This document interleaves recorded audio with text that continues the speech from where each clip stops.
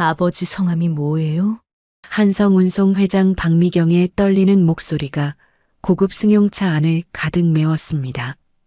뒷좌석에 앉은 그녀는 전속 운전기사의 뒷모습을 응시하며 눈물을 참지 못했어요. 28년 전 교통사고로 죽었다고 믿었던 아들이 바로 눈앞에서 운전대를 잡고 있었습니다. 과연 이 믿기 어려운 운명적 재회 뒤에는 어떤 숨겨진 진실이 기다리고 있을까요? 지금 사연 시작합니다. 새벽 4시 대구 동성로의 택시 승강장은 희미한 가로등 불빛만이 아스팔트를 비추고 있었습니다. 태수는 운전석에 앉아 대시보드를 손가락으로 톡톡 2번 두드렸습니다. 아버지가 가르쳐준 이 작은 의식은 어느새 20년 넘게 이어진 습관이 되어 있었죠. 차도 인사받으면 기분 좋아한다던 아버지의 말이 귓가에 맴돌았습니다. 무전기에서 잡음과 함께 동료들의 목소리가 흘러나왔습니다. 오늘도 산업금 13만 원이야. 못 채우면 월급에서 깎인다. 태수는 한숨을 내쉬며 미터기를 확인했습니다. 벌써 6시간째 운전했지만 겨우 8만 원. 병원비를 생각하면 가슴이 답답해졌습니다. 첫 손님은 클럽에서 나온 젊은 여자였습니다. 비틀거리며 뒷좌석에 올라탄 그녀는 갑자기 헛구역질을 시작했고 태수는 재빨리 준비해둔 비닐봉지를 건넸습니다. 천천히 숨 쉬세요.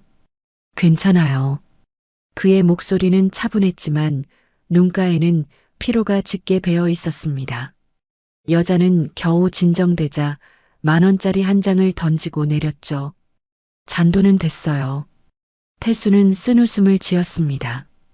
팁이라도 감사해야 하는 처지였으니까요. 동료 기사 박 씨가 무전으로 말했습니다. 태수야, 들었어? 김 기사 자살했대. 빚 독촉 못 이겨서. 태수의 손이 핸들을 꽉 쥐었습니다.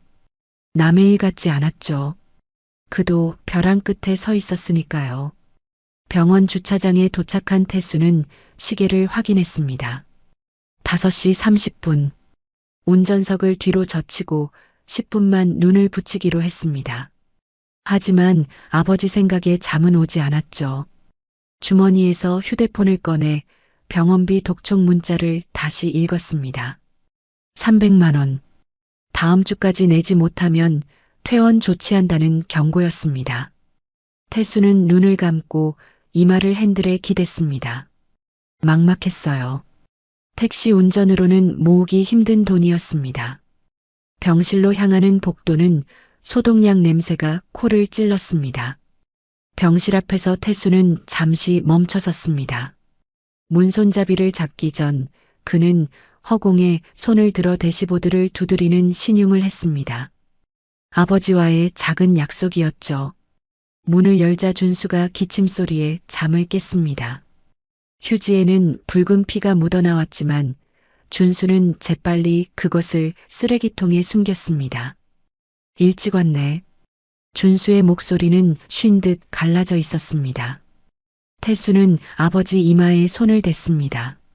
열이 있었죠. 괜찮으세요? 준수는 애써 미소를 지었습니다. 괜찮아. 나 때문에 고생하는 게 미안할 뿐이야. 창밖으로 한성운송 본사 건물의 네온 사인이 새벽 안개 속에서 흐릿하게 빛나고 있었습니다. 준수의 시선이 그곳에 멈췄습니다. 그의 눈빛에는 태수가 이해할 수 없는 복잡한 감정이 스쳐 지나갔죠. 후회일까요? 그리움일까요? 저 회사는. 준수가 중얼거렸지만 끝맺지 못했습니다. 간호사가 들어와 차트를 확인했습니다. 보호자님, 원무과에서 연락 오셨어요. 병원비 문제로요. 태수는 고개를 끄덕였습니다. 간호사가 나간 후 준수가 힘겹게 말했습니다. 태수야, 내가 미안하다. 태수는 아버지의 거친 손을 잡았습니다. 무슨 말씀이세요? 제가 모셔야죠. 준수의 눈가가 붉어졌습니다. 무언가 하고 싶은 말이 있는 것 같았지만 입술만 발싹일 뿐이었습니다. 병원 구내식당은 아침 7시가 되자 사람들로 붐비기 시작했습니다. 태수는 구석 테이블에 앉아 3,500원짜리 김밥을 천천히 씹었습니다. 찬밥에 단무지와 햄이 들어간 김밥이었지만 그에게는 소중한 한 끼였죠. 벽에 걸린 TV에서는 아침 뉴스가 흘러나왔습니다. 한성운송 박미경 회장이 업계 최초 여성 CEO 20년을 맞았습니다. 택시회사를 물려받아 종합운송그룹으로 키운 그녀의 성공 스토리는 아나운서의 목소리가 식당에 울려 퍼졌습니다. 화면에는 단정한 정장을 입은 중년 여성이 카메라를 향해 미소 짓고 있었어요. 그 순간 준수가 들어왔습니다. 링거 스탠드를 끌고 천천히 걸어오던 그가 TV를 보자 갑자기 멈춰섰습니다. 손에 들고 있던 물컵이 바닥에 떨어져 깨졌고 준수의 얼굴은 하얗게 질려 있었죠. 아버지, 태수가 황급히 일어나 준수를 부축했습니다. 괜찮아, 괜찮아. 준수는 떨리는 손으로 태수를 밀어냈습니다. 하지만 그의 시선은 여전히 TV 화면에 못 박혀 있었어요.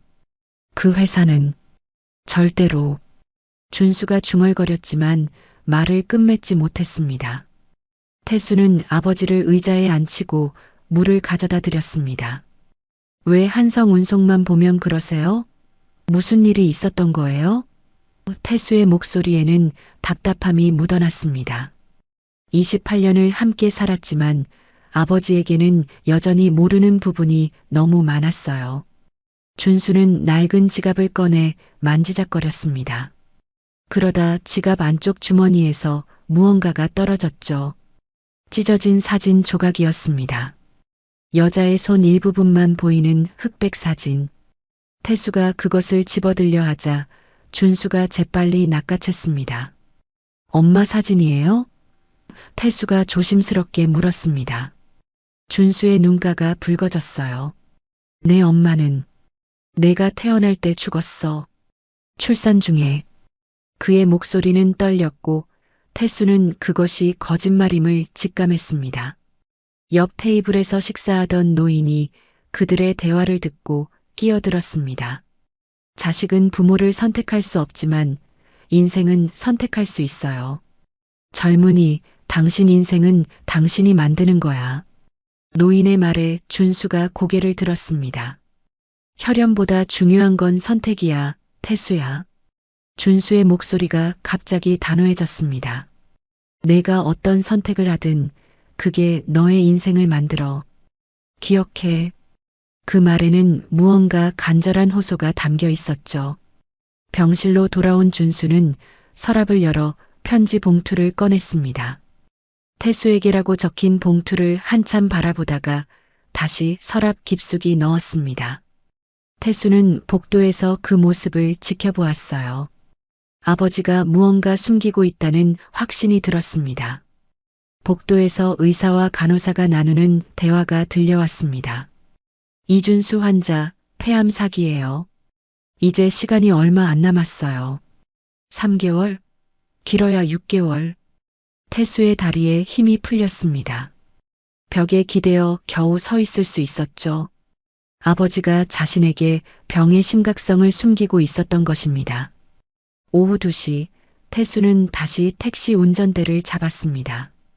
12시간 교대 근무의 후반부가 시작된 것이죠. 택시 회사 사무실에서 사장이 고함을 질렀습니다. 이태수, 어제 산업금 8만 원?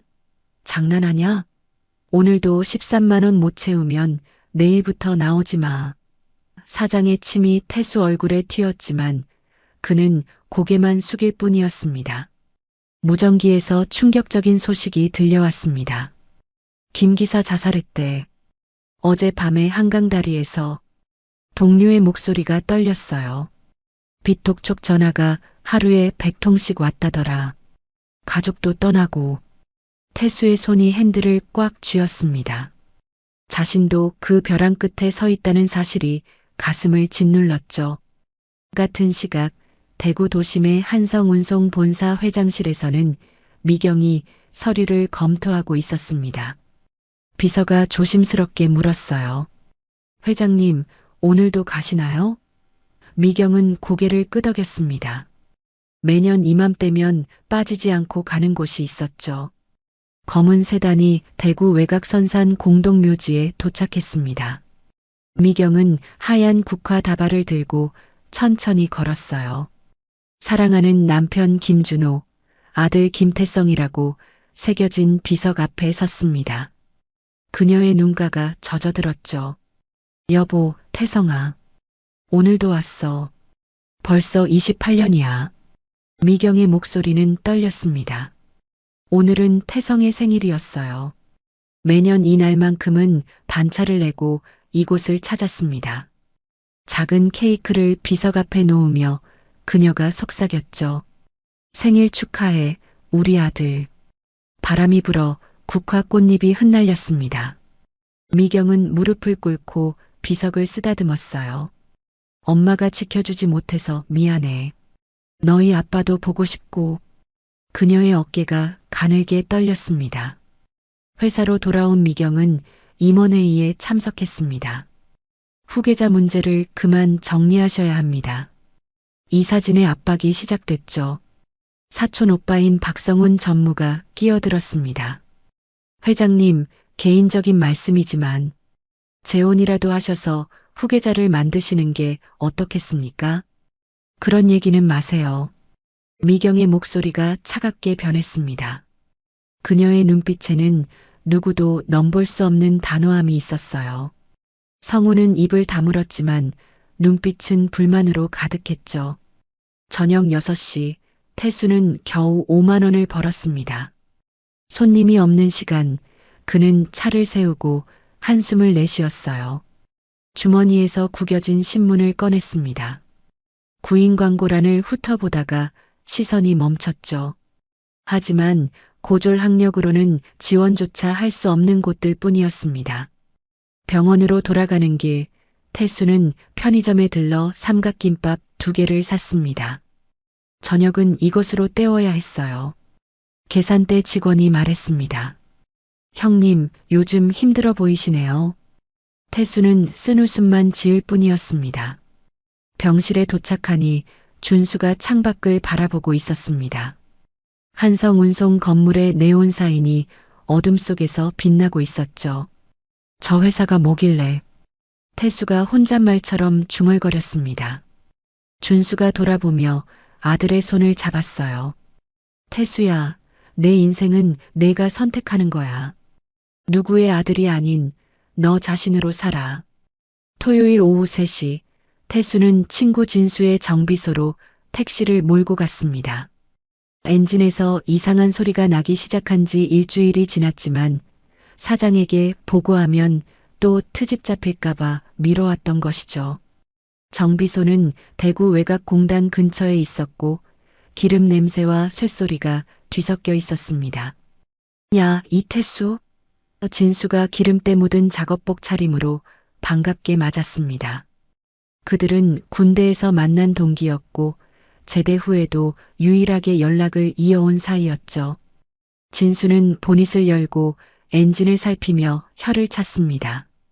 이거 완전히 나갔네. 회사에 보고해야겠다. 태수가 한숨을 쉬었습니다. 사장이 또 뭐라 할 거야. 내가 운전을 거칠게 한다고 트집 잡겠지. 어제도 산악금 못 채웠다고 난리였는데. 진수는 친구의 어깨를 두드렸어요. 일단 임시로 떼어줄게. 회사에는 경미한 정비라고 해. 두 사람이 휴게실에서 커피를 마시던 중 진수가 테이블 위에 놓인 신문을 가리켰습니다. 야, 이것 봐. 그의 손가락이 전면 광고를 짚었죠. 굵은 글씨로 한성운송 운전기사 특별 채용이라고 적혀 있었습니다. 연봉 6천만 원, 의료보험 100% 지원. 진수가 광고문을 읽어 내려갔습니다. 대기업 정규직이야. 내 운전 실력이면 충분해. 무사고 5년 이상이잖아. 진수의 목소리에 흥분이 묻어났어요. 태수는 고개를 저었습니다. 나 같은 사람을 왜 뽑겠어. 고졸해 별 경력도 없는데 그의 목소리에는 자조가 섞여 있었죠. 평생 택시 운전이나 하며 살 팔자라고 스스로를 낮춰왔던 세월이 그의 어깨를 무겁게 눌렀습니다.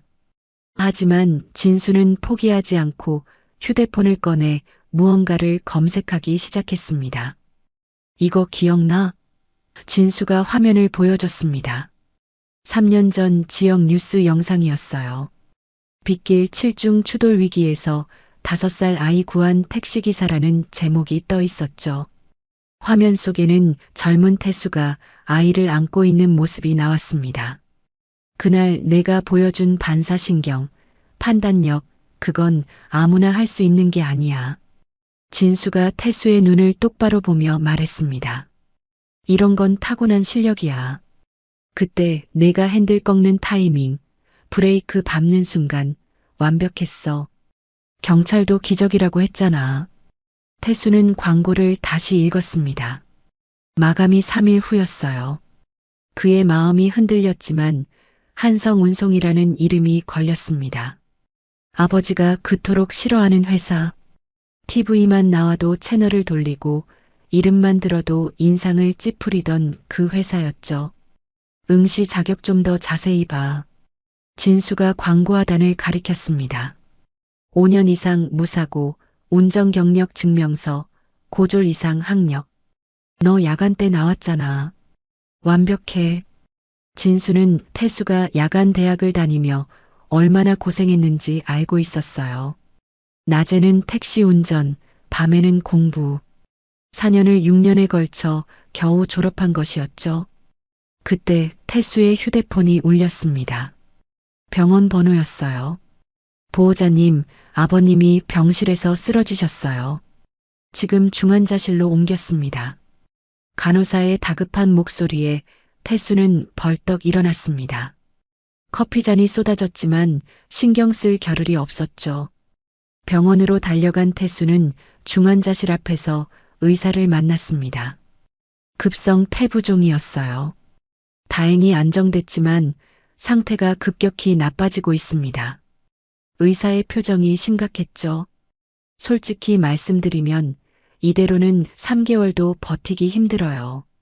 그리고 치료비가 계속 밀리고 있는데 다음 주까지 해결 안 되면 퇴원 조치해야 합니다.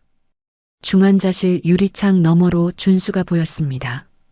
산소 마스크를 쓴 채 각종 기계에 연결되어 있었죠. 면회 시간에 잠시 들어간 태수를 보자 준수가 눈을 떴어요. 희미한 의식 속에서도 아들을 알아본 것입니다. 태수의 손을 잡고 힘겹게 말했습니다. 그 회사는 가지 마라. 마치 태수의 생각을 읽은 것 같았습니다. 왜요, 아버지? 왜 한성운송만은 안 되는 거예요? 태수의 목소리에 절박함이 묻어났습니다. 아버지를 살리려면 돈이 필요했고 그 돈을 벌 수 있는 유일한 기회가 바로 이것이었는데 준수는 눈을 감고 고개를 돌렸어요. 그곳은 우리 같은 사람이 갈 곳이 아니야. 너무 높은 곳이야. 밤 10시 태수는 병원 복도 벤치에 앉아 진수와 통화했습니다. 아버지가 반대하신데도 일단 서류는 내. 붙고 나서 고민해도 늦지 않아. 진수의 조언이 현실적이었죠. 내 아버지도 이상해. 무슨 사연이 있는 것 같은데. 태수는 병원 1층 편의점에서 이력서를 출력했습니다. 야간대 경영학과 졸업증명서, 운전경력 증명서, 무사고 확인서, 서류를 하나하나 정리하며 그는 결심을 굳혔어요. 편의점 직원이 물었습니다. 취업 준비하세요? 태수는 쓴웃음을 지었죠. 28살에 처음으로 제대로 된 회사에 지원해 봅니다. 증명사진을 찍으러 간 사진관에서 태수는 거울 앞에 섰습니다. 사진사가 말했어요. 표정 좀 밝게 해보세요. 너무 긴장하신 것 같네요. 태수는 억지로 미소를 지었습니다. 피곤에 찌든 얼굴이었지만 눈빛만큼은 단호했어요. 이태수, 너는 할 수 있어. 그가 거울 속 자신에게 말했습니다. 마감 전날 밤 11시 태수는 병원 휴게실에서 노트북을 켰습니다. 아버지가 잠든 시간을 택한 것이죠. 온라인으로 서류를 제출하는 순간 손가락이 떨렸습니다. 마지막 제출 버튼을 누르기 전 잠시 망설였어요. 이것이 배신일까요? 아니면 효도일까요? 결국 태수는 버튼을 눌렀습니다. 접수 완료라는 메시지가 화면에 떴죠. 가슴이 두근거렸습니다. 이것이 인생을 바꿀 기회일지도 모른다는 예감과 아버지를 거스른다는 죄책감이 동시에 밀려왔어요. 병실로 돌아오니 준수가 잠꼬대를 하고 있었습니다. 미경아, 우리 아들, 미안해. 태수는 귀를 기울였지만 더 이상은 들리지 않았어요. 미경이 누구일까? 그리고 왜 미안하다는 걸까? 태수는 아버지의 이마에 손을 얹었습니다. 열은 내렸지만 비밀은 여전히 뜨거웠죠. 월요일 아침 9시 태수는 병원 원무가 앞에 서 있었습니다. 직원이 컴퓨터 화면을 보며 차갑게 말했어요. 이준수 환자분 미납금이 500만 원을 넘었네요. 이번 주 금요일까지 최소 300만 원은 내셔야 합니다. 안 그러면 퇴원 조치해야 해요.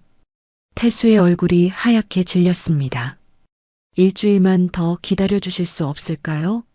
곧 돈이 들어올 예정인데. 그의 목소리는 떨렸지만 직원은 고개를 저었습니다. 병원도 운영이 있어서요. 이미 충분히 기다렸습니다. 정 어려우시면 의료사회복지사 상담이라도 받아보세요. 복도를 걸으며 태수는 주먹을 꽉 쥐었습니다. 택시 운전으로 일주일에 300만 원을 벌 수는 없었죠. 하루에 15시간씩 운전해도 하루 매출은 20만 원, 거기서 산업금 내고 나면 손에 쥐는 건 7만 원 정도. 한성운송 채용 결과가 나오려면 최소 2주는 걸릴 텐데. 막막함이 그의 가슴을 짓눌렀습니다. 중환자실에서 일반 병실로 옮겨진 준수는 창밖을 바라보고 있었습니다. 병실 창문으로 보이는 한성운송 건물의 간판이 아침 햇살에 반짝였죠. 태수가 들어오자 준수는 시선을 돌리며 억지로 미소를 지었어요. 괜찮아 보이네. 하지만 태수는 알고 있었습니다. 아버지의 얼굴은 어제보다 더 수척해졌고 숨소리는 더 거칠어졌다는 것을. 아버지, 한성운송에 대해 좀 말해주세요. 태수가 조심스럽게 꺼냈습니다. 준수의 표정이 굳어졌어요. 왜 자꾸 그 회사를 물어? 그의 목소리에는 두려움이 섞여 있었습니다. 손가락이 미세하게 떨렸고 시선은 불안하게 흔들렸죠. 제가 거기 지원했어요. 태수의 고백에 준수가 벌떡 일어나려 했지만 기침이 터져 나왔습니다. 피가 섞인 가래를 휴지에 뱉으며 그가 힘겹게 말했죠. 취소해. 당장 취소하라고. 왜요? 왜 한성운송만은 안 되는 거예요? 태수의 목소리가 높아졌습니다. 아버지를 살리려면 돈이 필요해요. 금요일까지 300만 원을 내야 한다고요. 그 회사 들어가면 연봉이 6천만 원이에요. 의료보험도 다 지원해 준다고요. 준수의 눈에서 눈물이 흘렀습니다. 그곳은 우리 같은 사람이 갈 곳이 아니야. 너무 높은 곳이야. 내가 다칠 거야. 그는 무언가 더 말하고 싶어 했지만 입술만 달싹일 뿐이었습니다. 침대 시트를 움켜쥔 그의 손등에 핏줄이 도드라졌어요. 저녁 7시 태수는 진수를 만났습니다. 병원 근처 작은 식당에서 저렴한 김치찌개를 먹으며 진수가 말했어요. 너희 아버지 반응이 너무 이상해. 뭔가 과거에 안 좋은 일이 있었던 것 같은데. 혹시 예전에 한성운송에서 일하신 거 아니야? 태수는 고개를 저었습니다. 아니, 아버지는 계속 시내버스 기사셨어. 근데 28년 전에 영주로 이사 왔다고 하셨거든. 그전 일은 절대 말 안 하셔. 그는 숟가락을 내려놓고 한숨을 쉬었죠. 어쨌든 이미 지원했어. 이제 와서 포기할 수 없어. 진수가 소주잔을 내려놓으며 말했습니다. 너도 알아봤어? 한성운송 박미경 회장 말이야. 독신이래. 28년 전에 남편이랑 아들을 사고로 잃었다더라. 그 후로 일에만 매달려서 지금의 대기업을 만든 거지. 태수의 손이 멈췄습니다. 28년 전 아버지가 영주로 이사 온 시기와 같았죠. 우연의 일치일까요? 그는 고개를 흔들었습니다. 쓸데없는 상상이었어요. 그날 밤 10시 태수는 병원 휴게실에서 이력서를 다시 확인했습니다. 야간대 경영학과 졸업 증명서를 보며 지난 6년의 시간이 떠올랐어요. 낮에는 택시 운전으로 12시간, 밤에는 강의실에서 4시간. 시험 기간에는 택시 안에서 교재를 펼쳐놓고 신호 대기 중에 공부했던 날들. 교수님이 했던 말이 생각났습니다. 이태수 학생은 제가 본 학생 중 가장 성실합니다. 비록 성적은 중간이지만 그 열정만큼은 누구보다 뛰어납니다. 그 말이 위로가 되었던 때가 있었죠. 증명사진을 다시 꺼내봤습니다. 사진 속 자신은 피곤해 보였지만 눈빛은 살아있었어요. 28살. 더 이상 젊지만은 않은 나이. 하지만 아직 늦지 않았다고 스스로에게 말했습니다.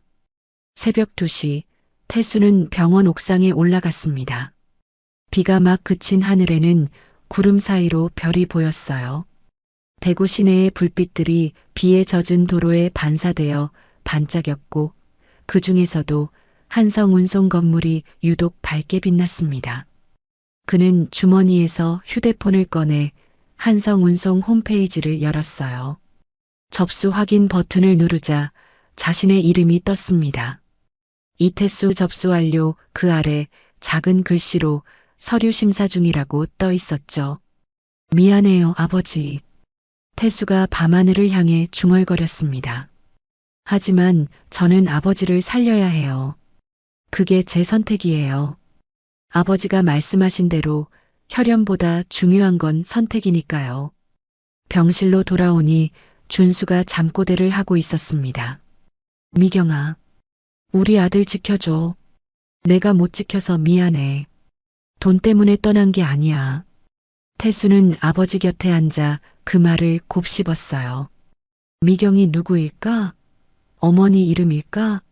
그리고 돈 때문에 떠난 게 아니라니 무슨 의미일까?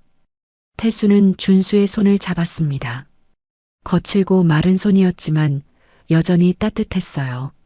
손등의 정맥이 파랗게 도드라져 보였고 점점 야위어가는 것이 느껴졌죠. 아버지, 저는 제 이름으로 살 거예요. 이태수라는 이름으로. 누구의 아들이 아닌 저 자신으로요. 다음 날 아침 태수는 택시를 운전하며 라디오를 들었습니다. 한성운송이 올해 대규모 채용을 진행한다고 합니다. 박미경 회장은 현장 경험이 풍부한 인재를 원한다고 밝혔는데요. 특히 운전기사직은 경력자를 우대한다고. 태수는 라디오를 껐습니다. 이미 주사위는 던져졌어요. 이제는 결과를 기다리는 일만 남았습니다. 신호등이 빨간불로 바뀌자 그는 습관적으로 대시보드를 2번 두드렸습니다. 톡톡. 아버지가 가르쳐준 이 작은 의식이 어쩌면 행운을 가져다 줄지도 모른다는 생각이 들었죠. 목요일 아침 8시 태수의 휴대폰이 울렸습니다.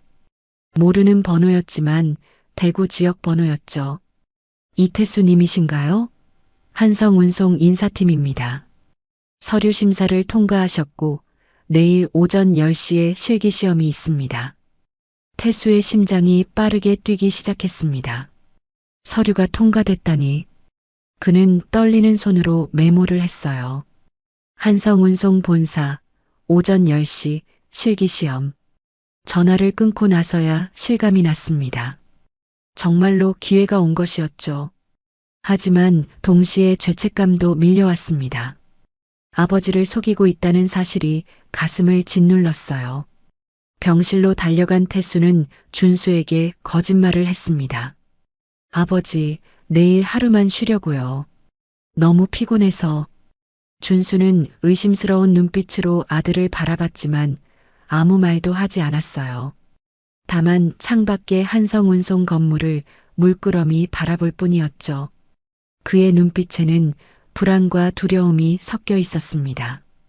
금요일 아침, 태수는 가장 깨끗한 셔츠를 입고 한성운송 본사로 향했습니다. 거대한 유리 건물이 아침 햇살을 반사하며 빛났어요. 30층이 넘는 건물은 대구에서 가장 높은 건물 중 하나였죠. 로비에 들어서자 200여 명의 지원자들이 모여 있었습니다. 대부분이 태수보다 나이가 많아 보였고 경력도 화려해 보였죠. 전직 특전사 출신입니다. 20년 경력 버스기사입니다. 대기업 임원 전속기사 10년 했습니다. 주변에서 들려오는 소개에 태수는 주눅이 들었습니다. 자신은 고작 회사 택시 기사에 불과했으니까요. 하지만 그는 주먹을 꽉 쥐고 마음을 다잡았습니다. 아버지를 위해서라도 포기할 수 없었죠. 필기시험이 시작됐습니다. 교통법규와 상황 판단 문제였어요.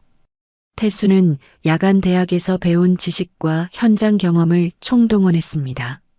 특히 상황 판단 문제에서는 3년 전 아이를 구했던 경험이 큰 도움이 됐죠. 빗길에서 급정거 상황 시 대처법이라는 문제가 나왔을 때 그는 실제 경험을 바탕으로 답을 썼습니다. 펜을 놓는 순간 손에 땀이 흥건했어요. 점심시간, 태수는 구내식당에서 간단히 김밥을 먹었습니다. 주변의 지원자들은 서로 정보를 교환하며 친목을 다지고 있었지만 태수는 혼자 구석에 앉아 있었죠. 그는 주머니에서 아버지 사진을 꺼내봤습니다. 미안해요, 아버지. 하지만 이게 최선이에요. 오후 2시 실기시험이 시작됐습니다. 대형 세단을 운전해야 했는데 태수가 평소 모는 택시와는 차원이 달랐죠.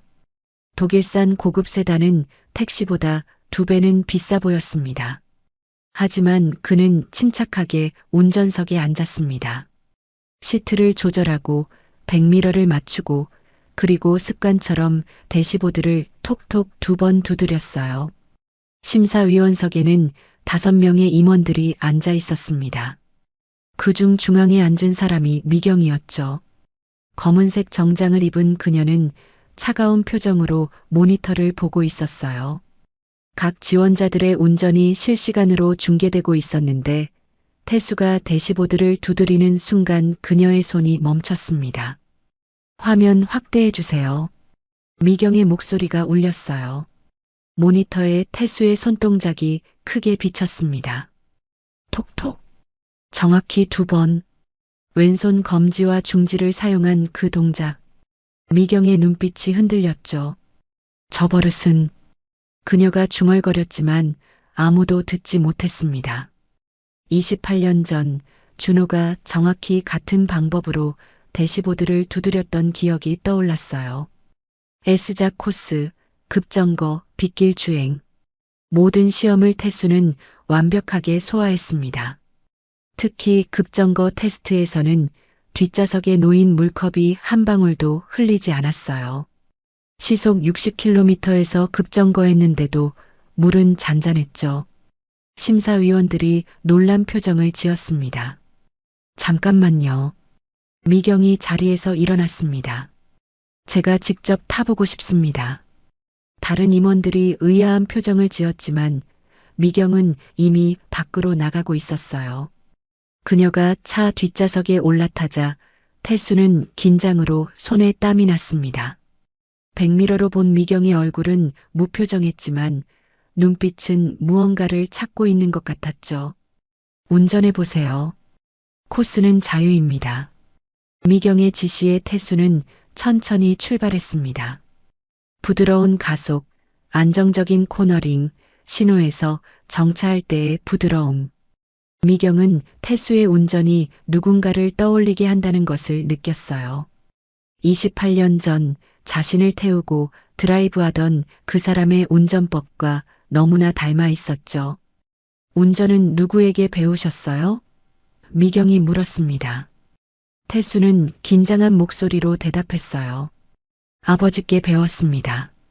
버스 기사셨거든요.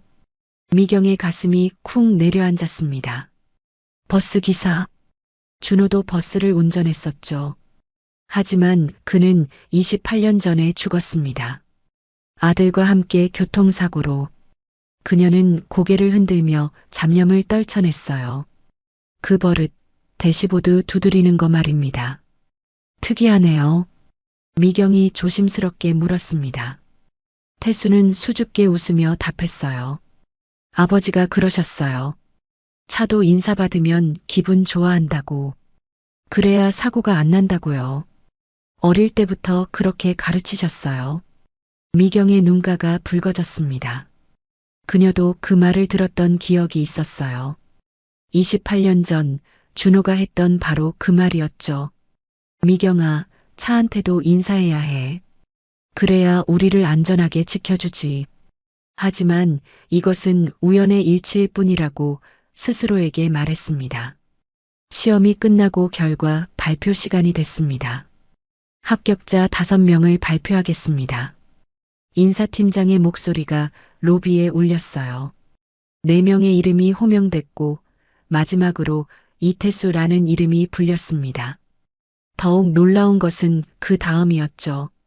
그리고 실기 1등인 이태수 씨는 회장 전속 기사로 발탁되었습니다.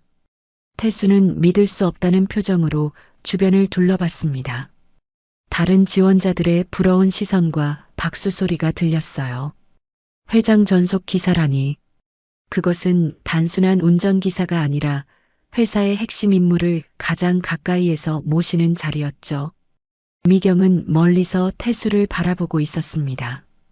그녀도 자신이 왜 이런 결정을 내렸는지 확신할 수 없었어요. 단지 그 청년에게서 느껴지는 묘한 익숙함, 그리고 설명할 수 없는 끌림이 있었을 뿐이었죠. 마치 운명이 그들을 다시 만나게 한 것처럼. 월요일 아침 7시 태수는 한성운송 본사 지하 주차장에서 첫 출근을 했습니다. 인사팀 직원이 그를 맞았어요. 이태수 씨 환영합니다. 먼저 유니폼을 받으셔야 해요. 탈의실에서 받은 것은 고급 정장이었습니다. 검은색 양복에 흰 셔츠, 그리고 회사 로고가 새겨진 넥타이. 거울을 보니 완전히 다른 사람이 된 것 같았죠. 택시 운전사에서 대기업 전속 기사로. 태수는 자신의 모습이 낯설면서도 뿌듯했습니다. 옷깃을 매만지며 아버지 생각이 났어요.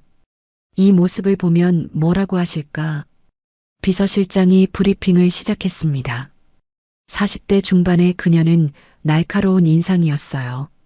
회장님은 매일 아침 8시 반에 출발하십니다. 절대 늦으면 안 돼요.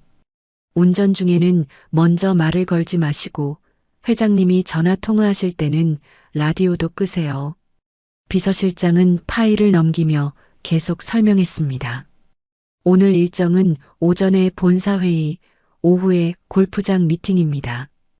회장님은 까다로우신 분이 아니지만 원칙을 중요하게 생각하십니다.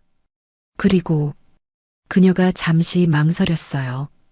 회장님은 혼자 계실 때가 많으세요. 28년 전에 가족을 잃으신 후로는 재혼도 안 하시고. 태수의 가슴이 묵직해졌습니다. 28년. 또 그 숫자였어요. 아버지가 영주로 이사 온 시기와 정확히 일치했죠. 우연이라고 생각하려 했지만 계속 마음에 걸렸습니다. 비서실장이 덧붙였어요. 특히 매년 아들 생일이면 무덤에 가신대요. 이름이 태성이었다고 들었어요. 태수는 고개를 끄덕였습니다. 태성? 자신과 비슷한 이름이었지만 그저 우연이겠죠. 8시 20분 미경이 지하 주차장으로 내려왔습니다. 은색 정장을 입은 그녀는 차가운 인상이었지만 어딘가 외로워 보였어요. 태수는 재빨리 차 문을 열었습니다. 안녕하세요, 회장님. 미경은 가볍게 고개를 끄덕이고 뒷좌석에 앉았습니다.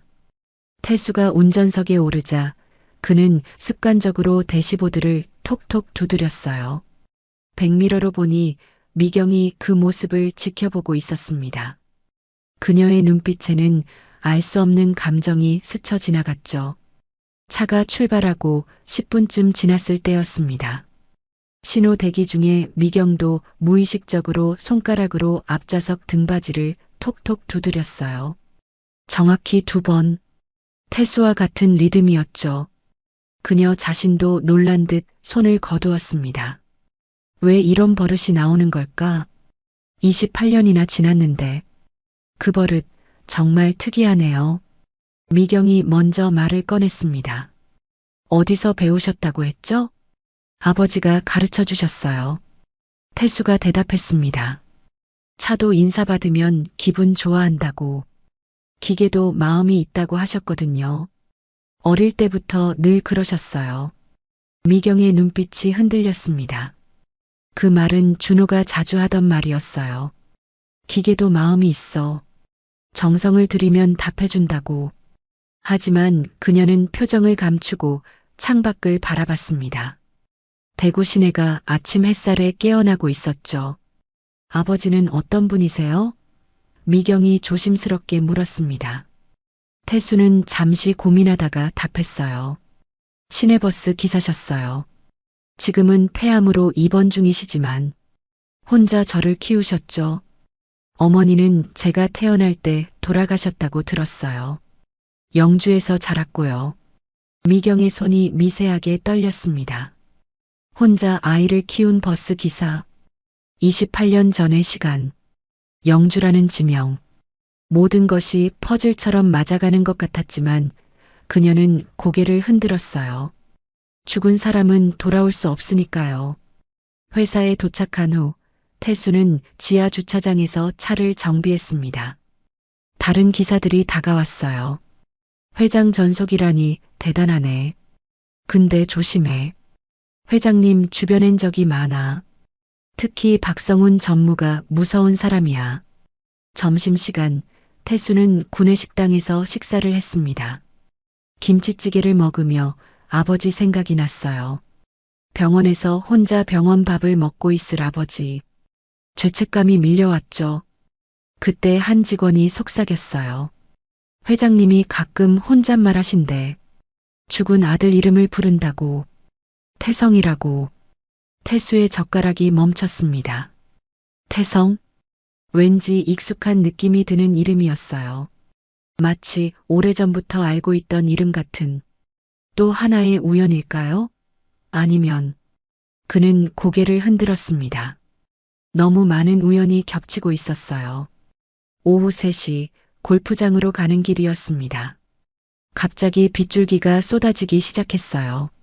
앞차가 급정거하자 태수는 순간적으로 핸들을 왼쪽으로 꺾으며 브레이크를 밟았습니다.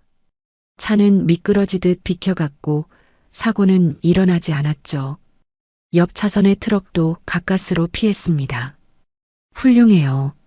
미경이 감탄했습니다. 그 판단력 정말 대단하네요. 어떻게 그렇게 침착할 수 있죠? 태수는 숨을 고르며 다시 정상 속도로 돌아왔습니다. 연습이에요. 아버지가 늘 말씀하셨거든요. 위기 상황에서는 본능보다 훈련이 중요하다고. 미경은 태수의 운전 실력에 감탄했지만 동시에 그 운전 스타일이 너무나 익숙했어요. 준호도 똑같은 방식으로 위기를 모면하곤 했거든요. 똑같은 각도로 핸들을 꺾고 똑같은 타이밍에 브레이크를 밟는. 저녁 7시 퇴근길이었습니다. 하루 종일 회의와 미팅으로 지친 미경은 뒷좌석에 기대어 있었어요. 그녀는 서류를 보다가 문득 물었어요. 가족이 그립지 않나요? 아버지 말고 다른 가족은 없어요? 잘 모르겠어요. 태수가 솔직하게 답했습니다. 아버지가 과거 얘기를 전혀 안 하세요. 28년 전 일은 특히 더. 가끔 잠꼬대로 누군가 이름을 부르시는데 미경이라고. 미경의 심장이 멎는 것 같았습니다. 그녀의 이름을. 백미러로 본 태수의 표정은 담담했지만 미경의 얼굴은 창백해졌어요. 아, 아버지 성함이 뭐라고 하셨죠? 이준수입니다. 태수의 대답에 미경은 실망했지만 동시에 의구심이 들었어요. 모든 정황이 너무나 일치하는데 이름만 달랐으니까요. 혹시 가명은 아닐까? 그녀의 머릿속이 복잡해졌습니다. 집에 돌아온 미경은 혼자 와인을 마시며 생각에 잠겼습니다. 거실 테이블 위에는 28년 전 사진이 놓여 있었어요. 준호와 갓난아기 태성이 함께 찍은 유일한 사진.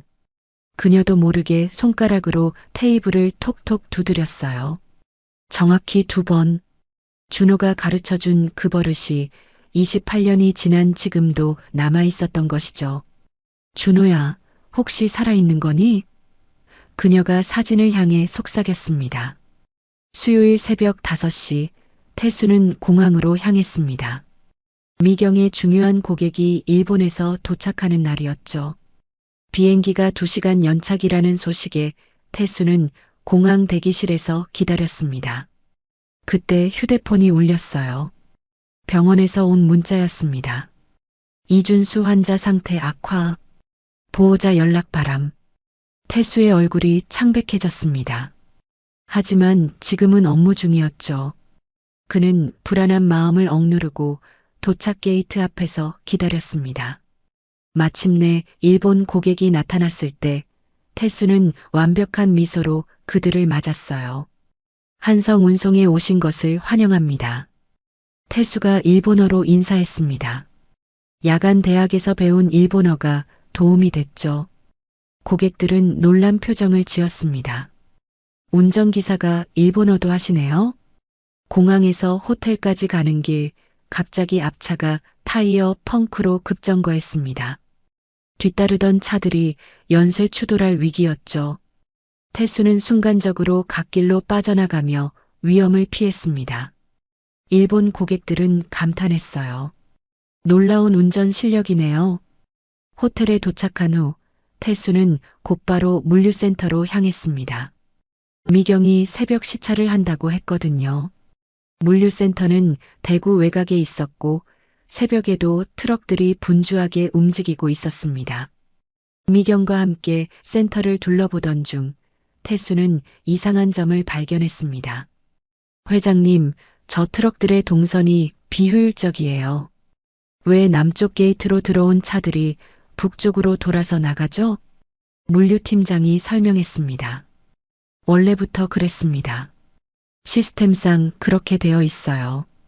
태수는 고개를 저었어요. 제가 택시 운전하면서 이 지역을 수없이 다녔는데 동선을 바꾸면 시간을 20%는 단축할 수 있을 것 같아요. 미경은 태수를 주의 깊게 바라봤습니다. 구체적으로 설명해 보세요. 태수는 종이에 그림을 그리기 시작했습니다. 남쪽 게이트를 출구로 북쪽을 입구로 바꾸고 중앙 대기 구역을 여기로 옮기면 그의 설명은 명확했고 논리적이었어요. 현장 경험이 녹아있는 실용적인 제안이었죠. 물류팀장은 처음엔 반발했지만 계산해보니 태수의 말이 맞았습니다. 이렇게 하면 연간 수억 원의 비용 절감이 가능하네요. 다음 날 임원회의가 열렸습니다. 미경은 태수를 회의실에 들어오게 했어요. 어제 물류센터에서 제안한 내용을 발표해 보세요. 박성훈 전무가 비아냥거렸습니다. 운전기사가 무슨 경영을 안다고 회의에 참석합니까? 미경이 차갑게 답했습니다. 현장의 목소리가 가장 정확한 법이에요. 들어보고 판단하죠. 태수는 떨리는 마음을 진정시키고 발표를 시작했습니다. 프레젠테이션은 서툴렀지만 내용은 충실했어요. 특히 실제 운전 경험에서 나온 통찰력은 임원들을 놀라게 했죠. 저는 매일 새벽부터 밤까지 대구 시내를 운전했습니다.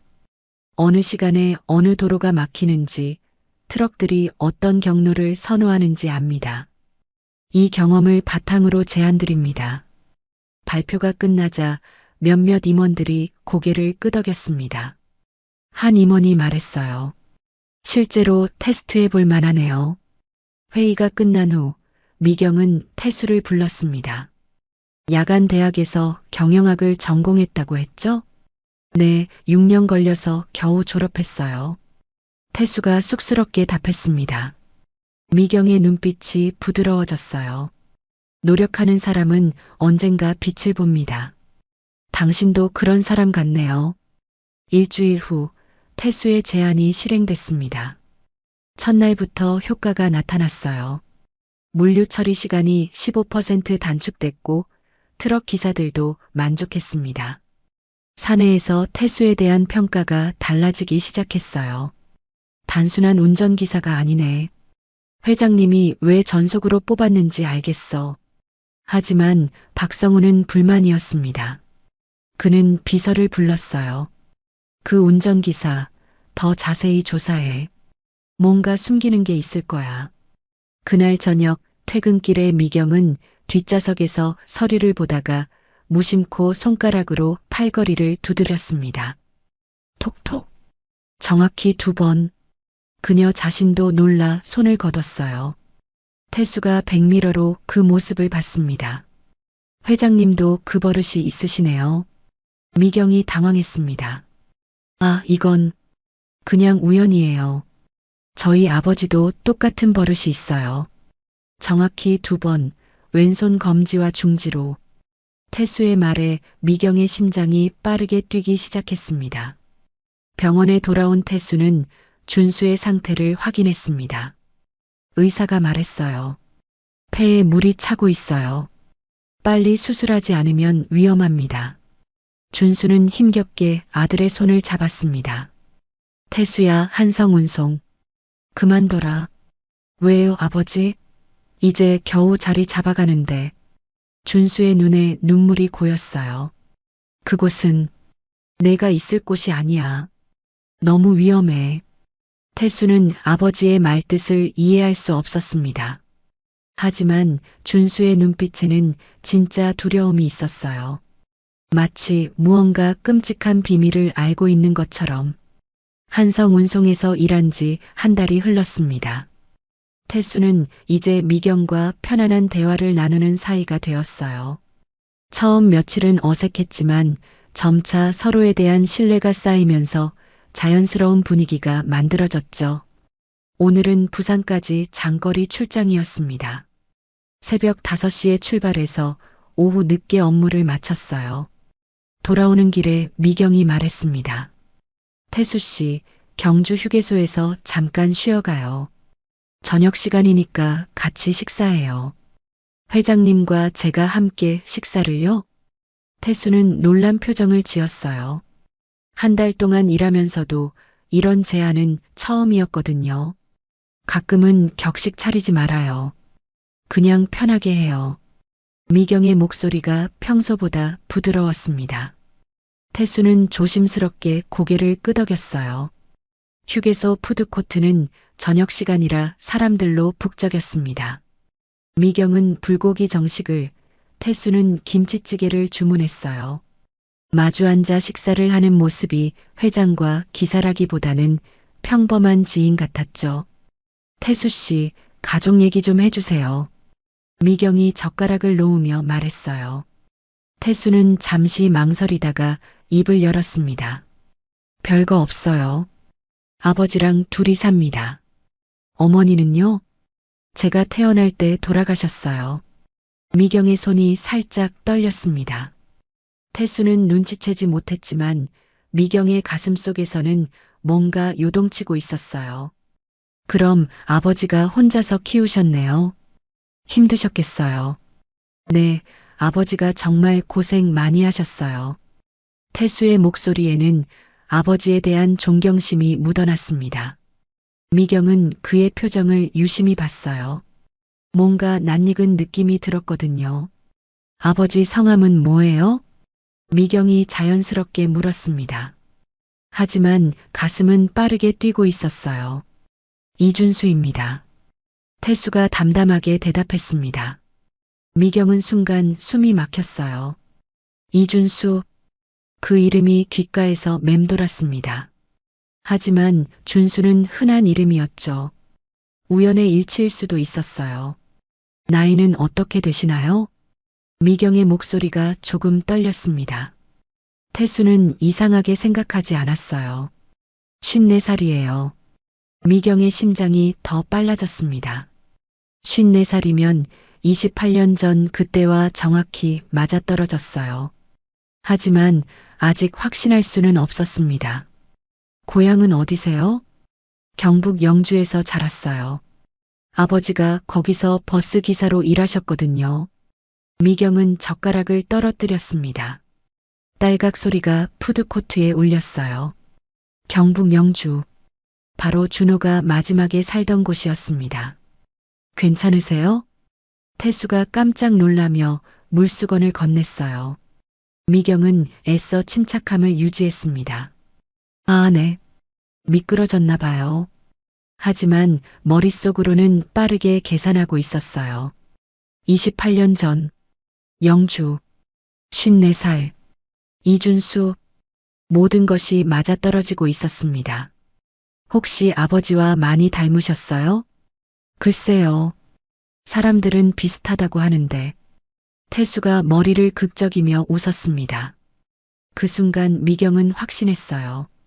그 표정, 그 웃음, 준호가 부끄러워할 때 보이던 바로 그 모습이었습니다. 어머니에 대한 기억은 전혀 없으시고요? 네, 아버지가 사진도 다 버리셨어요.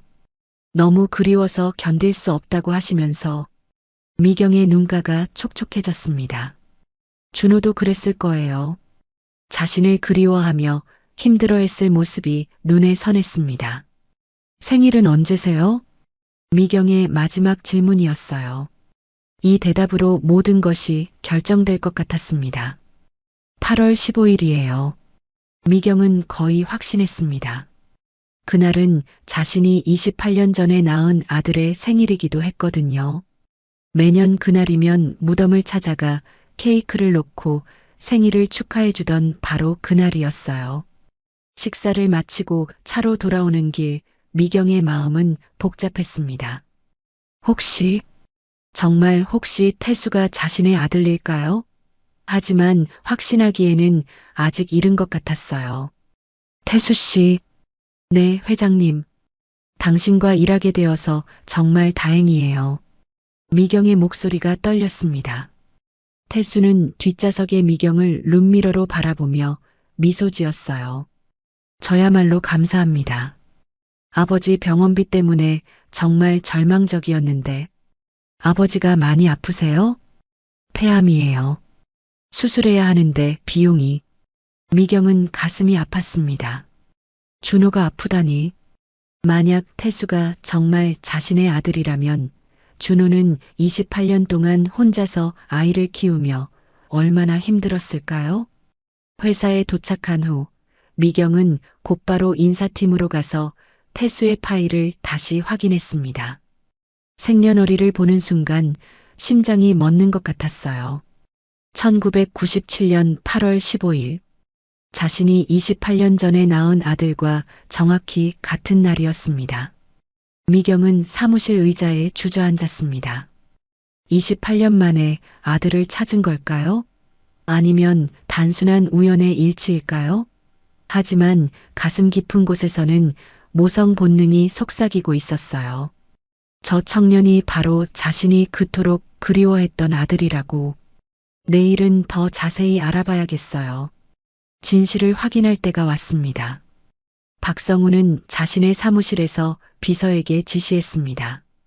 창밖으로 보이는 한성운송 본사 야경이 차갑게 빛나고 있었어요. 그 기사 신원을 철저히 조사해. 뭔가 수상해. 어떤 부분이 수상하다는 말씀이신가요?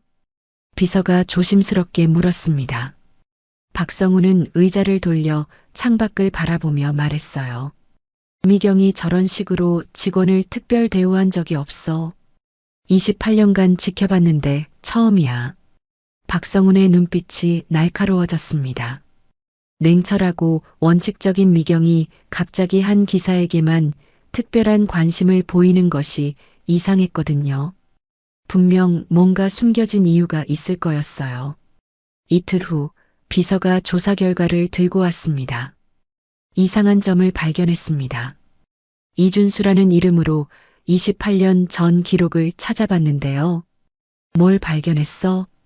주민등록상으로는 존재하지만 그 이전의 이력이 거의 없어요. 마치 28년 전에 갑자기 나타난 것처럼요. 박성우는 의자에 몸을 기댔습니다. 뭔가 큰 비밀이 숨어 있다는 직감이 들었어요. 그는 책상 서랍에서 오래된 신문 스크랩을 꺼냈습니다. 혹시 이 교통사고 기사와 관련이 있을까? 28년 전 김준호라는 이름의 남성과 갓난아기가 교통사고로 사망했다는 작은 기사였어요. 박성우는 이 기사를 우연히 보관하고 있었습니다. 그때 태수는 병원에서 충격적인 소식을 듣고 있었어요. 준수의 상태가 급격히 악화된 거였습니다. 환자분 상태가 심각합니다. 폐암이 뇌로 전이됐어요. 의사의 무거운 목소리가 복도에 울렸습니다. 태수는 다리에 힘이 빠져 벽에 기댔어요. 복도의 차가운 형광등이 얼굴을 창백하게 만들었습니다. 수술하면 살 수 있나요? 태수의 목소리가 떨렸어요. 의사는 고개를 천천히 끄덕였습니다. 지금 당장 수술하지 않으면 3개월도 힘들어요. 하지만 수술비가 만만치 않습니다. 얼마나 들어요? 5천만 원은 준비하셔야 해요. 그것도 선납으로요. 태수는 머리가 어지러웠습니다. 5천만 원. 평생 모아도 만들 수 없는 돈이었어요. 병원 벽에 붙은 수납 안내문의 글자들이 흐릿하게 보였습니다. 그날 밤 태수는 대구 시내 모든 은행을 찾아다녔어요. 시내 은행가를 하나씩 돌아다니며 대출 상담을 받았지만 결과는 모두 거절이었습니다. 죄송합니다. 담보가 부족해요. 신용도가 낮아서 어렵습니다. 소득 증명이 부족해요. 차가운 거절의 말들이 태수의 가슴을 짓눌렀습니다. 새벽 2시가 넘어서야 집으로 돌아왔는데 절망감이 온몸을 휘감았어요. 다음 날 아침 박성우는 조사 결과를 핵심 임원들에게 보고했습니다. 수상한 기사 때문에 회장님이 감정적으로 판단하고 계십니다.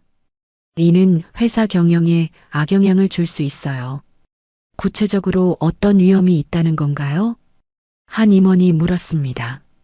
박성우는 자료를 펼쳐 보이며 말했어요. 신원이 불분명한 사람을 핵심 직책에 두는 것 자체가 위험합니다. 더욱이 회장님의 개인적 감정이 개입된 것 같아요. 임원들 사이에서 수군거림이 일었습니다. 회사 경영에 개인 감정이 개입되는 것을 우려하는 목소리들이었어요. 한편 미경은 태수를 더욱 세심히 관찰하고 있었습니다. 며칠 전부터 그의 표정이 어두워진 것을 눈치챘거든요. 평소보다 말수도 줄어들었고 가끔 한숨을 쉬는 모습도 보였어요. 운전 중에도 태수의 손이 미세하게 떨리는 것을 발견했습니다. 뭔가 큰 걱정거리가 있다는 걸 알 수 있었어요. 그의 모습에서 자꾸만 준호의 모습이 겹쳐 보였습니다. 하지만 미경은 여전히 혼란스러웠어요. 준호와 태성은 28년 전 교통사고로 죽었다고 생각했거든요.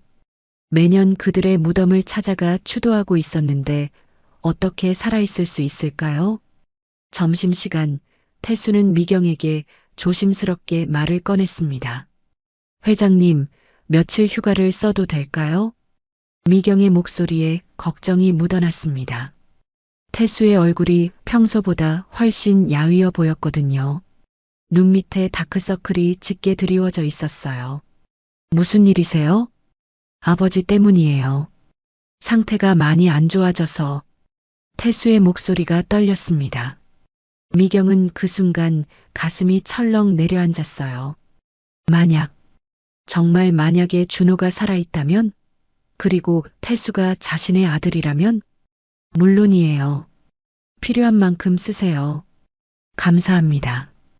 태수가 깊게 고개를 숙였습니다. 미경은 가슴이 미어지는 것 같았어요. 오늘 저녁에는 무덤이 아닌 다른 곳을 확인해야 할 것 같았습니다. 그날 저녁 박성우는 더 구체적인 계획을 세웠습니다. 다음 이사회에서 이 문제를 제기하기로 결심했어요. 때가 왔어. 이번 기회에 미경의 입지를 흔들 수 있을 거야. 박성훈의 입가에 차가운 미소가 떠올랐습니다. 28년간 기다려온 기회가 드디어 온 것 같았어요. 태수는 병원 복도를 걸으며 절망감에 빠져 있었습니다. 아버지를 살릴 방법이 보이지 않았어요. 돈을 구할 곳도 없고 시간은 점점 줄어들고 있었습니다. 복도 끝 창문으로 보이는 석양이 유독 쓸쓸해 보였어요. 준수는 병상에서 태수를 바라보며 미안한 마음이 들었어요. 태수야, 괜찮다. 아버지는 이미 충분히 살았어. 그런 말씀하지 마세요. 반드시 수술 받으실 거예요. 태수의 눈에 눈물이 고였습니다. 준수는 아들의 손을 꼭 잡았어요. 거칠어진 손바닥에서 따뜻한 온기가 전해졌습니다. 미경은 회장실에서 고민에 빠져 있었습니다. 벽에 걸린 가족 사진을 바라보며 복잡한 심정이었어요. 28년간 죽은 줄 알았던 사람들이 혹시 살아있을 가능성을 생각하니 가슴이 두근거렸습니다. 그리고 박성훈이 뭔가 계획하고 있다는 것도 느끼고 있었어요. 조심스럽게 행동해야 할 때였습니다. 진실을 확인하기 전까지는 성급한 행동을 해서는 안 되었어요. 한성운송 본사 회의실에 긴급 이사회가 소집되었습니다. 오후 2시 평소보다 어두운 분위기가 회의실을 감쌌어요. 박성훈이 준비한 자료들이 테이블 위에 정리되어 있었습니다. 오늘 긴급 회의를 소집한 이유는 회장의 개인적 감정이 회사 경영에 악영향을 미치고 있기 때문입니다. 박성훈의 목소리가 차갑게 울렸어요. 참석한 이사들이 서로 눈치를 보며 긴장한 표정을 지었습니다. 구체적으로 무슨 말씀이신가요? 한 이사가 조심스럽게 물었습니다. 박성훈은 태수의 인사 파일을 펼쳐 보이며 말했어요. 회장이 특별 대우하고 있는 기사, 김태수. 이 인물의 정체가 불분명합니다. 이사들이 서류를 들여다보기 시작했어요. 박성훈은 계속해서 설명했습니다. 아버지 이름이 이준수라고 되어 있는데 28년 전 기록을 찾아보니 공식적인 문서가 거의 없어요. 마치 그때 갑자기 나타난 것처럼요. 그게 무슨 문제가 되나요? 더 심각한 것은 회장이 이 기사에게만 특별한 관심을 보이고 있다는 점입니다. 심지어 임원회의에까지 참관시켰어요. 이사들 사이에서 수군거림이 일기 시작했습니다. 회사 기밀이 외부로 유출될 위험성에 대한 우려의 목소리들이었어요. 회장의 사적인 감정이 회사 경영에 개입되고 있습니다. 이는 주주들의 신뢰를 떨어뜨릴 수 있어요. 박성훈의 주장에 몇몇 이사들이 고개를 끄덕였습니다. 그때 미경이 회의실로 들어왔어요. 무슨 일로 긴급회의를 소집했나요? 미경의 목소리는 평온했지만 분위기가 심상치 않다는 걸 직감했습니다. 박성훈이 일어서며 말했어요. 회장님의 개인적 판단이 회사에 미치는 영향에 대해 논의하고 있었습니다. 제 개인적 판단이요? 김태수라는 기사에 대한 특별 대우 말입니다. 신원이 불분명한 인물을 핵심 직책에 두는 것은 위험해요. 미경은 순간 당황했지만 침착함을 유지했습니다. 하지만 이사들의 시선이 모두 자신에게 집중되어 있다는 걸 느꼈어요. 김태수 기사는 능력으로 선발된 직원입니다. 특별 대우라는 표현은 부적절해요.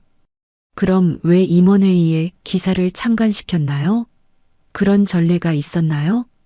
박성훈의 날카로운 질문에 미경은 답변하기 어려웠습니다. 정말로 태수에게 특별한 관심을 보였던 게 사실이었거든요. 현장의 목소리를 듣기 위해서였습니다. 그렇다면 다른 기사들도 참관시켜야 하는 거 아닌가요? 왜 유독 김태수만요? 미경은 할 말을 잃었습니다. 이사들의 표정이 점점 의심스럽게 변해갔어요. 결정하겠습니다. 김태수 기사는 오늘 즉시 해고 처리하겠어요. 한 이사가 말했습니다. 미경은 깜짝 놀라며 반박하려 했지만 이미 분위기는 기울어진 상태였어요. 회사의 신뢰성을 위해서는 어쩔 수 없는 조치입니다. 이사들의 결정이 내려졌습니다. 미경은 어떻게 막아야 할지 몰랐어요. 태수가 자신의 아들일 가능성이 높다고 확신하고 있었지만 아직 확실한 증거가 없었거든요. 1시간 후 태수는 인사팀으로 호출되었습니다. 인사팀장이 차가운 표정으로 해고 통지서를 내밀었어요. 김태수 씨, 회사 사정으로 오늘부로 계약을 해지합니다. 무슨 말씀이세요? 제가 뭘 잘못했나요? 태수는 당황한 목소리로 물었습니다. 인사팀장은 시선을 피하며 대답했어요. 상부의 결정입니다. 더 이상 설명드릴 수 없어요. 회장님은 뭐라고 하셨어요? 회장님도 동의하신 결정입니다. 태수는 믿을 수 없었습니다. 어제까지만 해도 자신을 신뢰하고 아껴주던 미경이 갑자기 해고를 결정했다니요. 제가 회장님께 직접 말씀드리겠습니다. 불가능합니다. 이미 결정된 사항이에요. 태수는 회장실로 향하려 했지만 경비원들이 막아섰습니다. 한 달 전까지만 해도 공손하게 인사하던 경비원들이 이제는 차가운 시선으로 바라보고 있었어요. 나가주세요. 더 이상 여기 계실 수 없습니다. 태수는 회사 건물 밖으로 쫓겨났습니다. 한 달간 입었던 정장을 벗고 개인 소지품을 담은 작은 박스를 들고 서 있었어요. 가을바람이 차갑게 불어왔습니다. 전 단지 아버지를 살리려고 했는데 태수는 혼잣말을 중얼거렸습니다. 눈물이 왈칵 쏟아졌어요. 아버지의 수술비를 마련할 수 있는 마지막 희망이 사라진 순간이었습니다. 한성운송 건물을 올려다보며 태수는 원망스러운 마음이 들었어요. 미경에게 실망감과 배신감이 몰려왔습니다. 그동안 쌓았던 신뢰가 한순간에 무너져 내렸어요. 회장실에서 미경은 창밖으로 태수가 떠나는 모습을 지켜보고 있었습니다. 가슴이 찢어질 것 같았어요. 만약 정말 태수가 자신의 아들이라면 또다시 자신의 손으로 아들을 멀리 보내는 것이었습니다. 이렇게 될 줄 알았으면 미경은 후회스러운 마음이 들었어요. 좀 더 신중하게 행동했어야 했는데 성급하게 태수에게 관심을 보인 것이 화근이었습니다. 박성우는 만족스러운 표정으로 창밖을 바라봤습니다. 계획이 성공적으로 진행되고 있었어요. 미경의 입지가 흔들리기 시작했고 자신의 영향력은 더욱 커질 것 같았습니다. 이제 진짜 시작이야. 박성훈의 입가에 음험한 미소가 떠올랐습니다. 그날 저녁 미경은 결심을 굳혔습니다.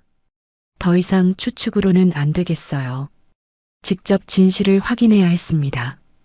태수의 인사 파일에서 병원 주소를 확인하고 대구로 향할 준비를 했어요. 28년 만에 준호를 만날 수도 있다는 생각에 가슴이 두근거렸습니다. 하지만 동시에 두려움도 밀려왔어요. 만약 정말 준호가 살아있다면 지난 28년간 자신이 얼마나 잘못 살아왔는지 깨닫게 될 테니까요. 태수는 병원으로 돌아가는 길에 절망감에 빠져 있었습니다. 아버지에게 어떻게 말해야 할지 막막했어요. 마지막 희망마저 사라진 상황에서 준수에게 무슨 말을 할 수 있을까요? 병실 앞에 서서 한참을 망설였습니다. 문을 열고 들어가기가 두려웠어요. 준수의 기대에 찬 눈빛을 마주하기 힘들었거든요. 미경은 대구 동산병원 주차장에 차를 세우고 한참을 머뭇거렸습니다. 저녁 8시 병원 건물에는 따뜻한 불빛이 켜져 있었어요. 28년 만에 준호를 만날 수도 있다는 생각에 가슴이 두근거렸습니다. 핸드백을 꽉 움켜쥐고 병원 로비로 들어갔어요. 안내 데스크에서 이준수라는 이름으로 입원 환자를 찾았습니다. 7층 712호라는 답을 듣는 순간 다리가 후들거렸어요. 엘리베이터 안에서 미경은 거울에 비친 자신의 모습을 봤습니다. 28년 전 24살의 어린 미경이 아닌 52살의 중년 여성이 서 있었어요. 준호가 자신을 알아볼까요? 7층에 도착해서 복도를 걸어가는 발걸음이 무거웠습니다. 간호사들이 분주히 움직이고 있었고 환자 가족들의 걱정스러운 목소리가 들렸어요. 712호 병실 앞에 도착했을 때 미경은 심호흡을 했습니다. 문 앞에서 한참을 망설였어요. 손을 들어 놓고 하려다가 다시 내렸습니다. 만약 정말 준호가 맞다면 무슨 말을 해야 할까요? 28년간의 오해와 그리움을 어떻게 설명할 수 있을까요? 용기를 내어 문을 살짝 열었습니다. 병실 안은 조용했어요. 창가 침대에 누운 환자는 눈을 감고 있었습니다. 산소호흡기에 규칙적인 소리만 들렸죠. 미경은 천천히 침대 곁으로 다가갔습니다. 그리고 환자의 얼굴을 봤어요. 28년이라는 세월이 그의 얼굴에 깊은 주름을 새겼습니다. 뺨은 푹 꺼져 있었고 머리카락은 반백이 되어 있었어요. 하지만 미경은 알 수 있었습니다. 그 눈매, 그 코, 그 입술의 모양. 분명했어요. 준호. 미경의 입에서 작은 목소리가 새어나왔습니다. 그 순간 준수의 눈꺼풀이 떨렸어요. 천천히 눈을 뜨는 준수와 미경의 시선이 마주쳤습니다. 몇 초간의 침묵이 흘렀어요. 준수의 눈이 점점 커졌습니다. 믿을 수 없다는 표정이었어요. 입술이 파르르 떨렸죠. 미경? 목소리는 쉬어 있었지만 분명했습니다.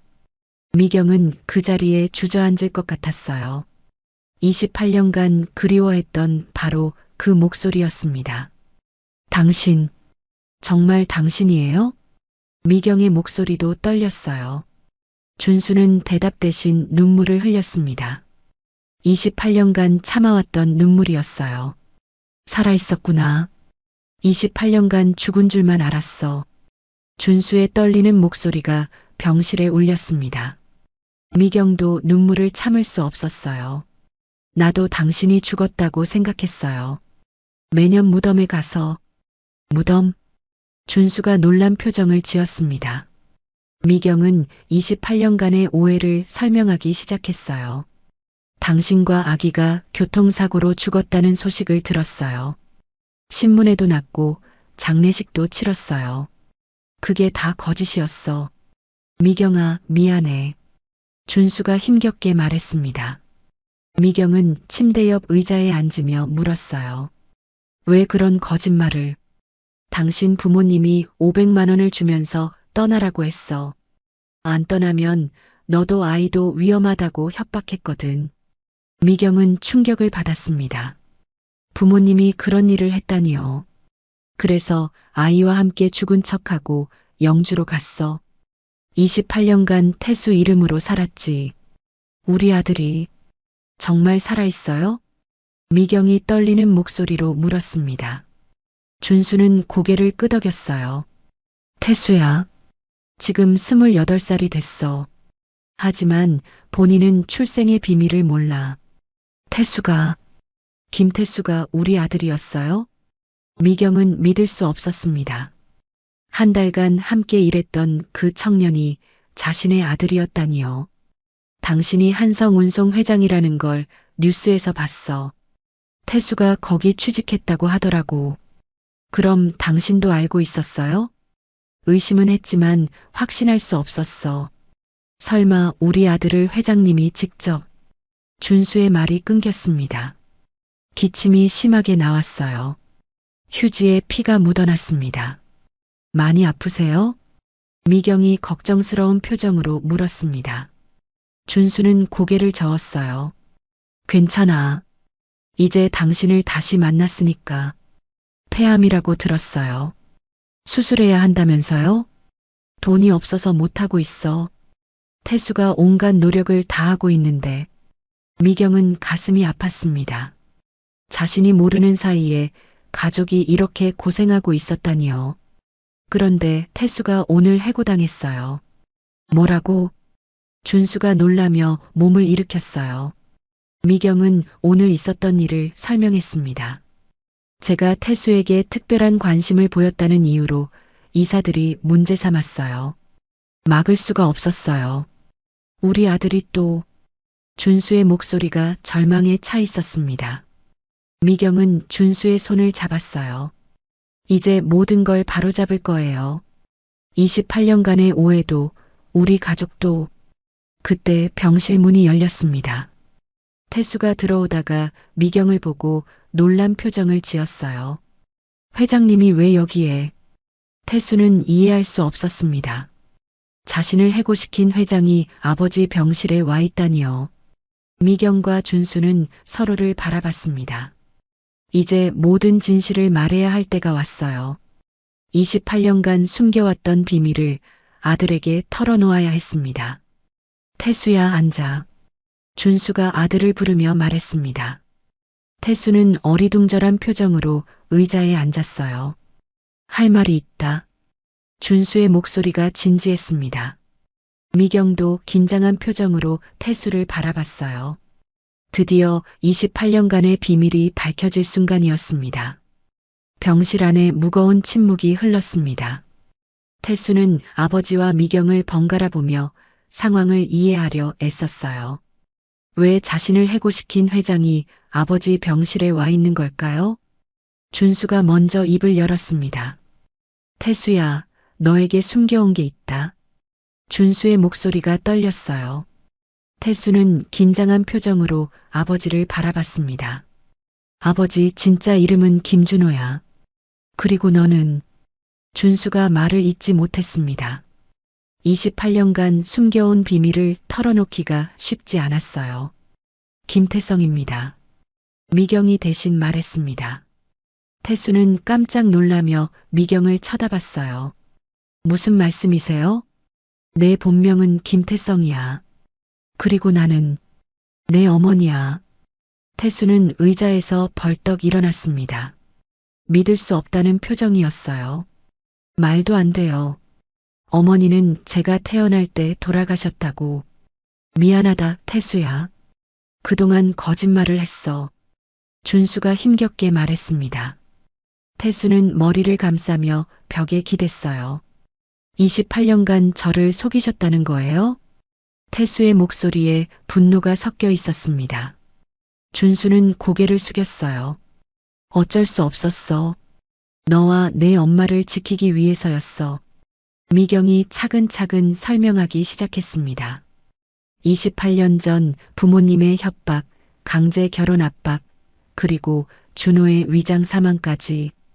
태수는 믿기 어려운 이야기를 들으며 혼란스러워했어요. 그럼 저는 28년간 가짜 이름으로 산 거예요? 아니야. 너는 항상 우리 아들이었어. 이름이 뭐가 중요해? 준수가 간절한 목소리로 말했습니다. 하지만 태수는 여전히 충격에서 벗어나지 못했어요. 저를 버린 거 아니었어요? 태수가 미경을 보며 물었습니다. 미경의 눈에 눈물이 고였어요. 나도 몰랐어. 부모님이 너희가 죽었다고 거짓말했거든. 28년간 무덤에 가서 빌었어. 미안하다고, 보고 싶다고. 태수는 주저앉으며 고개를 감쌌습니다. 너무 많은 정보가 한꺼번에 쏟아져서 정리가 안 됐어요. 그럼 제가 한성운송에서 일한 것도 운명이었나 봐. 내가 날 찾아온 거야. 미경이 조심스럽게 말했습니다. 태수는 복잡한 표정을 지었어요. 그런데 왜 절 해고시켰어요? 이사들이 압박했어. 내게 특별한 관심을 보인다고 문제 삼았어. 미경의 목소리에 후회가 묻어났습니다. 태수는 쓴웃음을 지었어요. 결국 또 버리신 거네요. 아니야, 태수야. 준수가 아들을 불렀습니다. 태수는 아버지를 바라봤어요. 이제라도 진실을 알았으니 다행이야. 우리가 진짜 가족이라는 걸. 태수는 한참 동안 말이 없었습니다. 갑작스러운 진실에 마음의 준비가 안 됐거든요. 하지만 점차 이해하기 시작했어요. 왜 아버지가 한성운송 뉴스만 보면 괴로워했는지, 왜 어머니 사진을 모두 버렸는지, 부모님의 욕심이 우리 인생을 망쳤어. 미경이 분노에 찬 목소리로 말했습니다. 준수는 고개를 저었어요. 그래도 당신은 성공했잖아. 훌륭한 사업가가 됐어. 성공이 뭐야? 가족도 없이 혼자 살아온 28년이 성공인가? 미경의 목소리가 떨렸습니다. 태수는 두 사람을 바라보며 마음이 복잡했어요. 저도 혼란스러워요. 갑자기 어머니가 나타났다고 하니 태수가 솔직한 마음을 털어놨습니다. 미경은 이해한다는 표정을 지었어요. 시간을 줄게. 천천히 받아들여.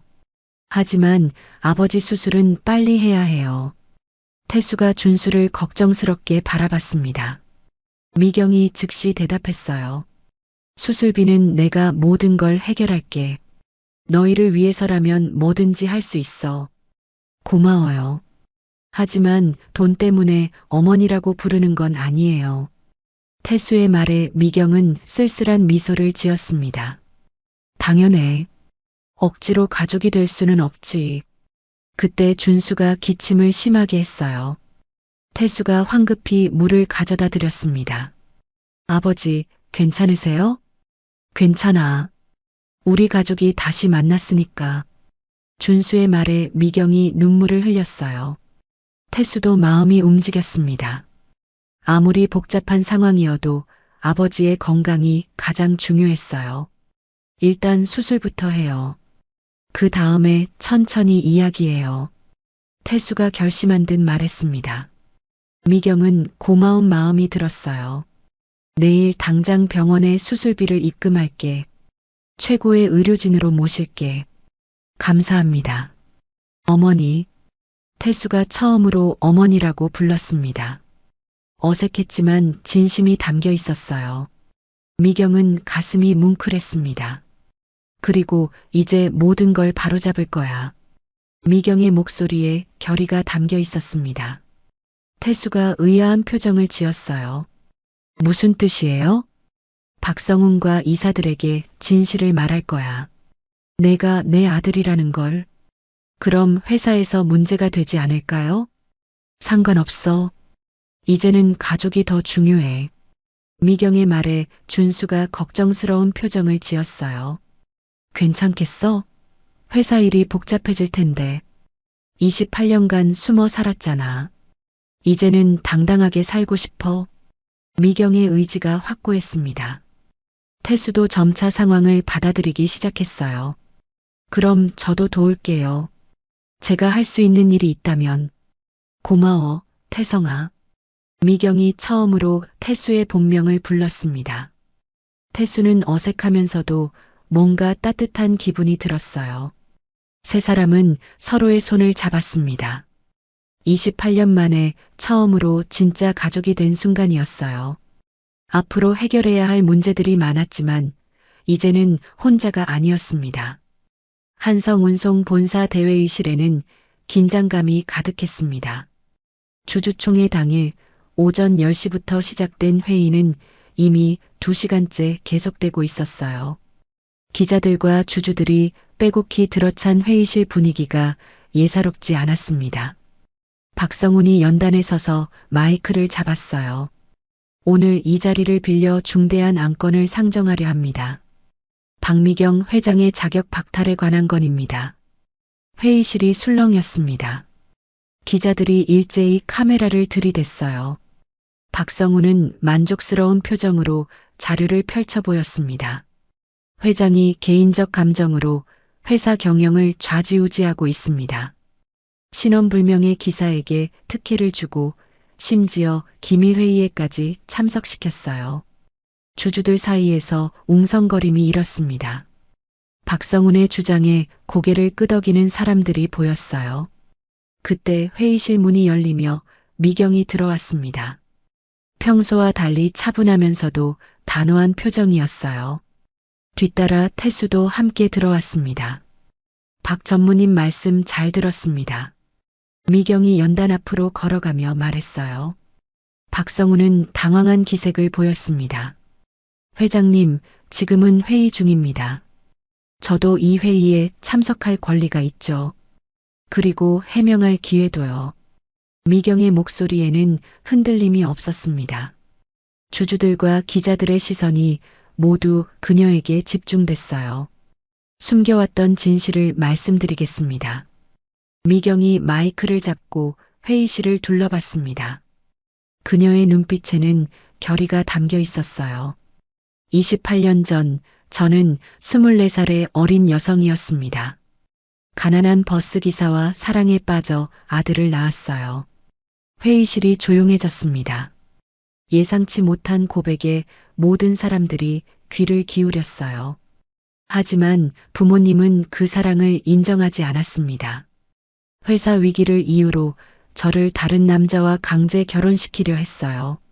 미경의 목소리가 떨렸지만 계속 이어갔습니다.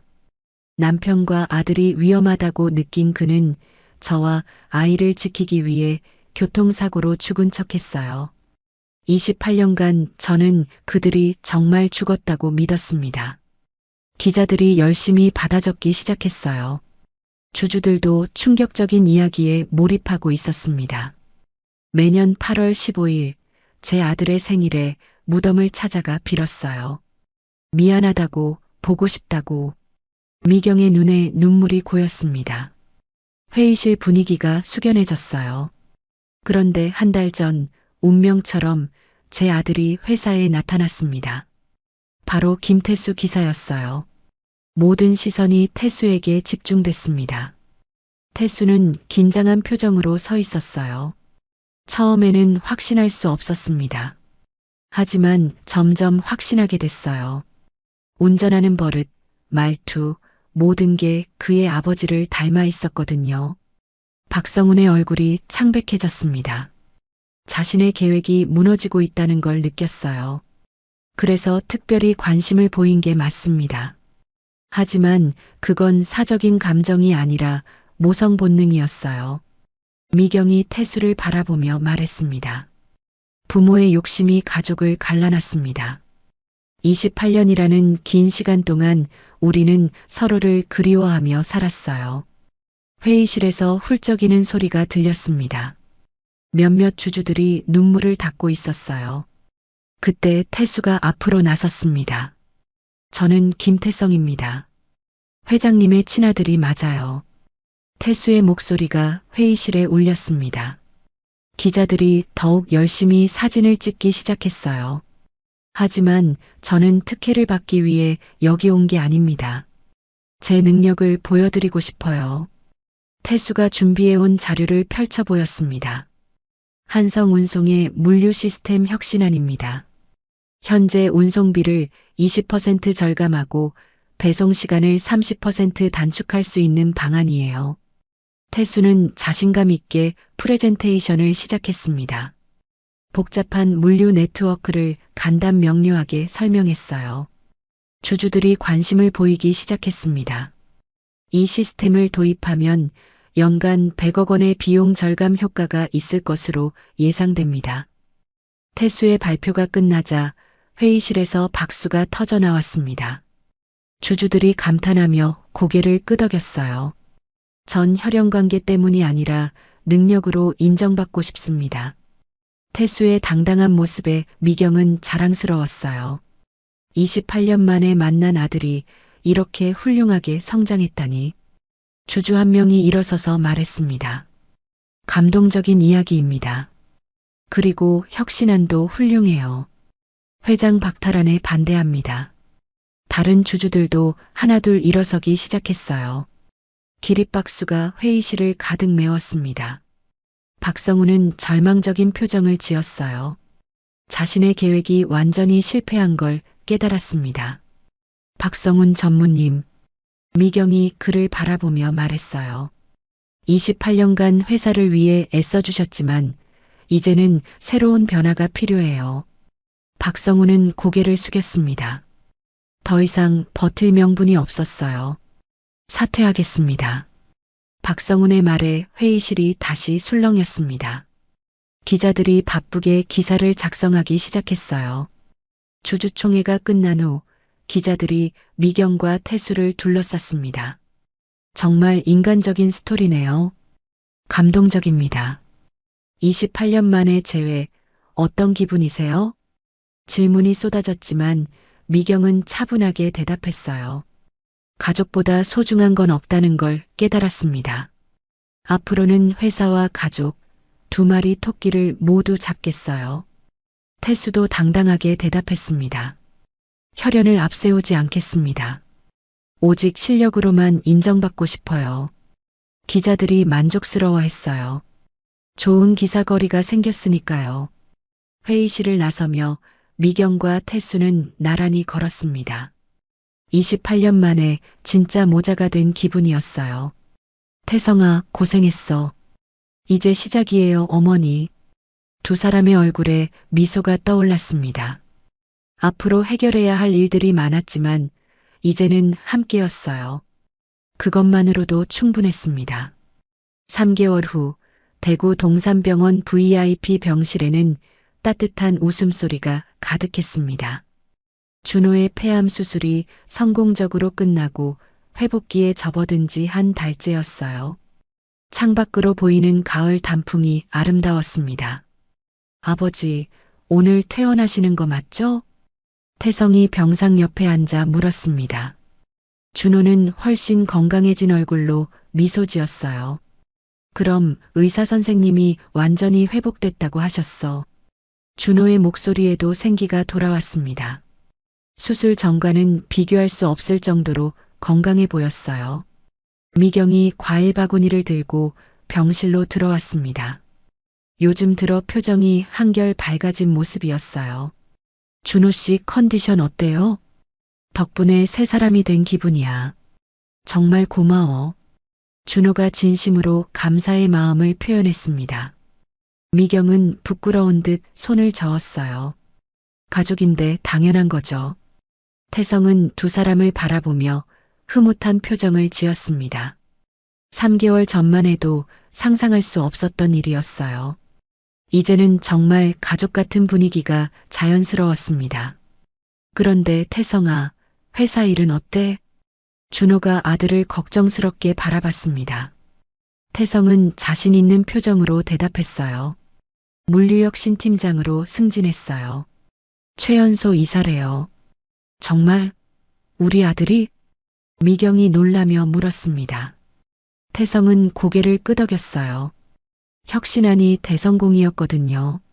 실제로 운송비가 22% 절감됐고 배송 시간도 35% 단축됐어요. 준호가 자랑스러워하며 태성의 어깨를 두드렸습니다. 역시 우리 아들이야.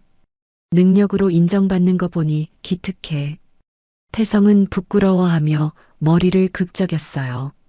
28년 만에 느끼는 가족의 따뜻함이 새로웠습니다.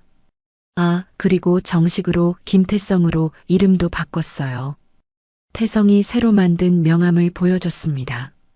한성운송 물류역 신팀장 김태성이라고 적혀 있었어요. 이제야 진짜 우리 가족이 된 기분이야. 미경이 감격스러워하며 말했습니다. 28년간 그리워했던 아들의 이름을 되찾은 순간이었어요. 퇴원 수속을 마치고 세 사람은 함께 병원을 나섰습니다. 태성이 운전하는 새 차에 준호와 미경이 타고 있었어요. 회장 전용차가 아닌 평범한 가족용 승용차였습니다. 어디로 갈까요? 태성이 룸미러로 두 사람을 바라보며 물었습니다. 집으로 가자. 우리 집으로. 미경이 따뜻한 목소리로 말했어요.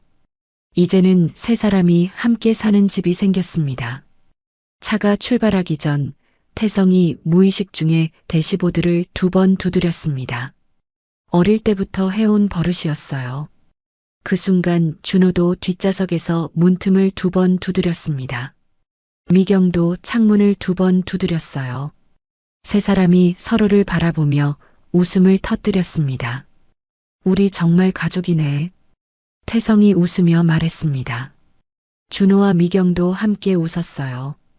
같은 버릇을 가진 진짜 가족임을 확인하는 순간이었습니다. 이제 시작이야, 태성아. 미경이 아들을 바라보며 말했습니다. 네, 어머니. 이제 정말 시작이에요. 태성이 운전대를 잡으며 대답했습니다. 앞으로 가야 할 길이 멀지만 이제는 혼자가 아니었어요. 집으로 가는 길에 태성이 말했습니다. 오늘 저녁에는 집에서 요리해 드릴게요. 아버지가 좋아하시는 된장찌개랑 어머니가 좋아하시는 갈비찜. 요리까지 할 줄 알아? 미경이 놀라며 물었습니다. 아버지가 아프실 때 배웠어요. 28년 동안 혼자 키워주신 은혜를 조금이라도 갚고 싶어서요. 준호의 눈가가 촉촉해졌습니다. 이제 너도 혼자가 아니야. 우리 셋이 함께잖아. 맞아. 이제 진짜 가족이니까. 미경도 동의하며 말했습니다. 차가 석양을 향해 달려갔습니다. 한성운송 본사 건물이 뒤로 멀어져 갔어요. 28년간 각자 다른 길을 걸어왔지만 이제는 같은 방향으로 향하고 있었습니다. 아버지, 건강하게 오래오래 사세요. 어머니도 이제 혼자 외롭게 지내지 마세요. 태성의 말에 준호와 미경이 서로를 바라봤습니다. 28년이라는 시간이 만든 상처가 완전히 아문 것은 아니었지만 이제는 함께 치유해 나갈 수 있었어요. 우리 집에 도착하면 가족 사진부터 찍자.